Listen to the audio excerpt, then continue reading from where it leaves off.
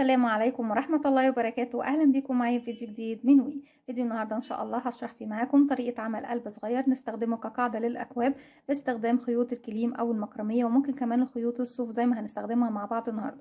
ممكن كمان نستخدمه لزينة الملابس والمفروشات، يعني نقدر نزين بيه الشنط أو الملابس، سواء شال أو بلوزة، أو كمان للمفروشات تقدري تزيني بيها بقلبنا. النهاردة هو سهل جدا وبسيط، وأتمنى يا رب إن هو ينول إعجابكم. ما تنسوش إذا عجبكم الفيديو تدعموني بلايك وشير وسبسكرايب.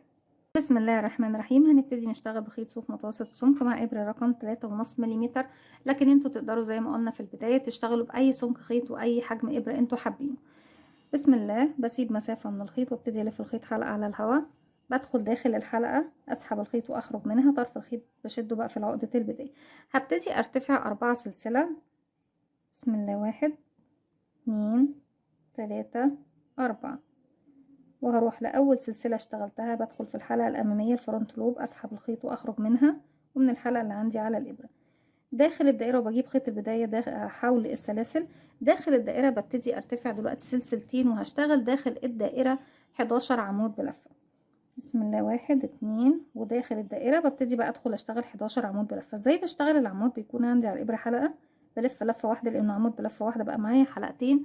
هدخل الدائرة، هسحب الخيط وهخرج معايا على الإبرة 3 حلقات، هلف الخيط واخرج من 2 1 2، اتبقوا 2، هلف الخيط واخرج منهم 1 2 كده. 1 2 3 في نفس الفراغ في منتصف الدائرة، 4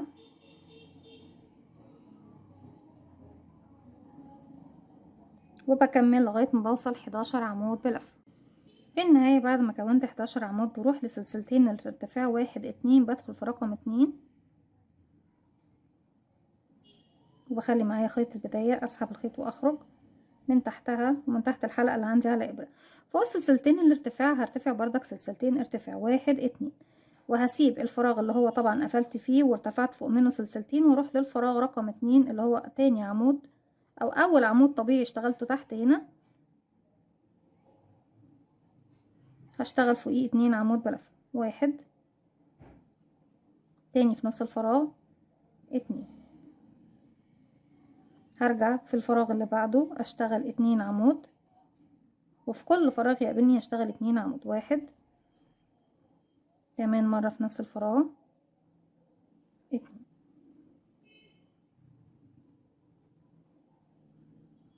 الفراغ اللي بعده 1 2، وهكذا بشتغل على 11 عمود، كل واحد منهم بشتغل عليه 2 عمود بلفة لغاية نهاية الراوند وارجع لكم. في نهاية الراوند بروح لتاني سلسلة ارتفاع 1 2، بقفل فوقيها بغرزة منزلقة.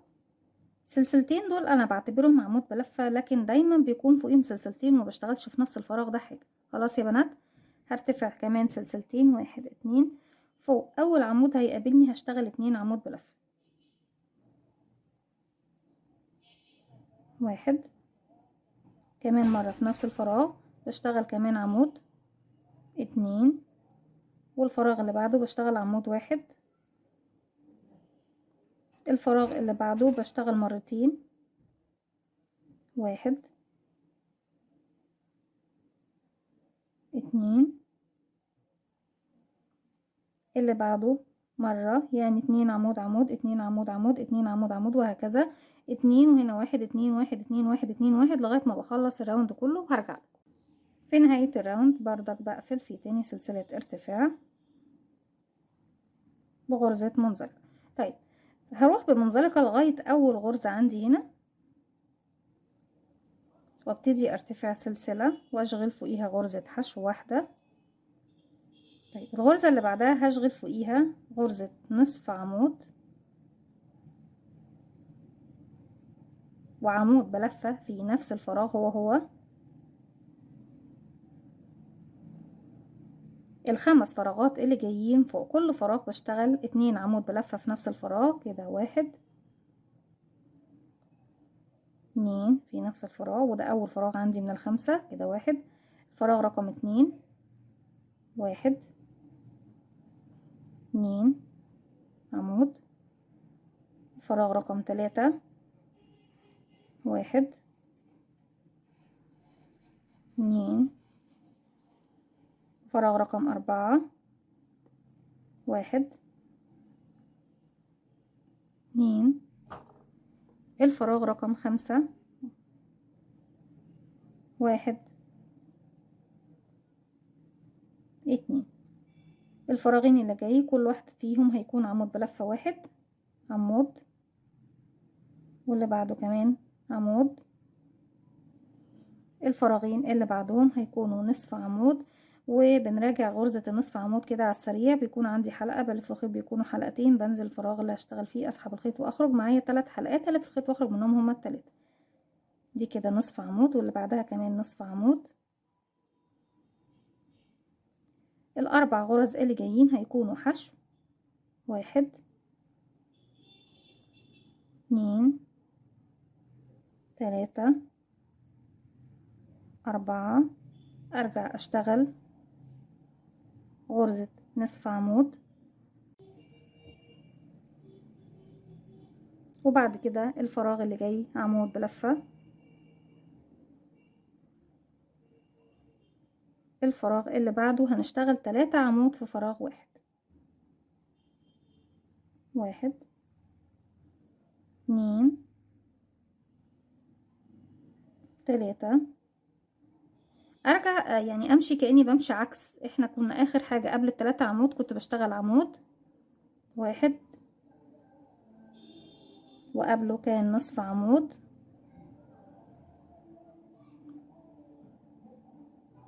واحد، وقبله كان 4 حشو، 1 2 3 4 حشو، وقبلهم كان في نصف عمود، 2 نصف عمود على فراغين،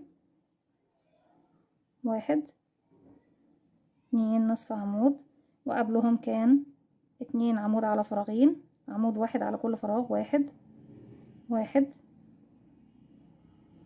بعد كده عندنا 5 فراغات كان فيهم كل فراغ ب2 عمود بلفة، 1 وكمان عمود في نفس الفراغ. الفراغ رقم 2 1 2. الفراغ رقم 3 1 2. الفراغ رقم 4 1 2. الفراغ رقم 5 1 2. والجاي بيكون فيه غرزة حشو زي ما احنا شايفين كده. ابتدى خلاص او اتكون شكل القلب معانا، مش باقي معانا بس غير السطر الاخير. بمشي بمنزلقة لغاية ما بوصل لي اول غرزة حشو عندي هنا في الفراغ اللي هنا ده.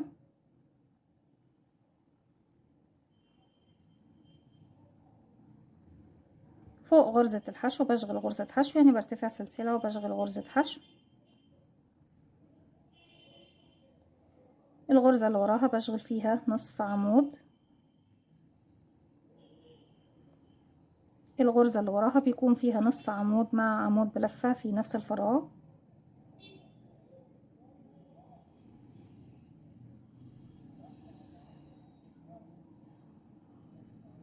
ال6 فراغات اللي جايين بشغل عليهم كل واحدة فيهم 2 عمود بلفة، 1 2 3 4 5 6. اول فراغ 1، كمان مرة في نفس الفراغ 2، تاني فراغ 1 2، تالت فراغ 1 2، رابع فراغ 1 2، خامس فراغ 1 2، سادس فراغ 1 2. ال3 غرز اللي جايين بشغل على كل واحدة فيهم غرزة عمود بلفة 1 كده، 1 واللي بعده 1 واللي بعده 1. هنشتغل 2 نصف عمود 1 واللي بعده نصف عمود 1. بعد كده هشتغل 19 غرزة حشو. 1 2 3 4 5 6 7 8 9 10 11 12 13 14 15 16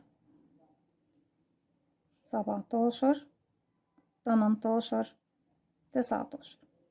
ارجع اكرر عكس اللي انا كنت ماشياه هنا، همشي هنا هرجع 2 نصف عمود 1 نصف عمود واللي بعدها كمان 1. ارجع ال3 فراغات اللي جايين 3 عمود 1 1 1. ال6 فراغات اللي بعديهم بشتغل فيهم كل واحد فيهم 2 عمود 1 2 واللي بعده رقم 2 1 2 واللي بعده رقم 3 1 2 عمود رقم 4 1 2 5 1 2 6 1 2. الغرزة اللي جاية هيكون فيها عمود ونصف عمود مع بعض، عمود بلفة 1 ونصف عمود في نفس الفراغ، واللي بعدها بتكون غرزة حشو وبتكون اخر غرزة عندي زي ما احنا شايفين. وبنختم القلب النهاردة زي ما احنا شايفينه بنفس الطريقة. في النهاية بلف الخيط واخرج من الحلقة اللي عندي على الابرة وبسيب 10 سنتي وابتدي اقص وبخفي الخيط عندي في ظهر الشغل كله بابرة التنظيف. دي كانت فكرة الفيديو النهاردة، قلب زي ما احنا شايفين حلو وجميل جدا، قاعدة للاكواب، ولو استخدمناه بخيط الكريم او المكرمية هيكون مفرش بشكل القلب. اتمنى يا رب ان هو يكون سهل وبسيط وينول اعجابكم. ما تنسوش اذا عجبكم الفيديو تدعموني بلايك وشير وسبسكرايب، وكمان ما تنسوش ان انتوا تفعلوا زرار الجرس عشان دايما يوصلكم كل جديد. السلام عليكم ورحمة الله وبركاته.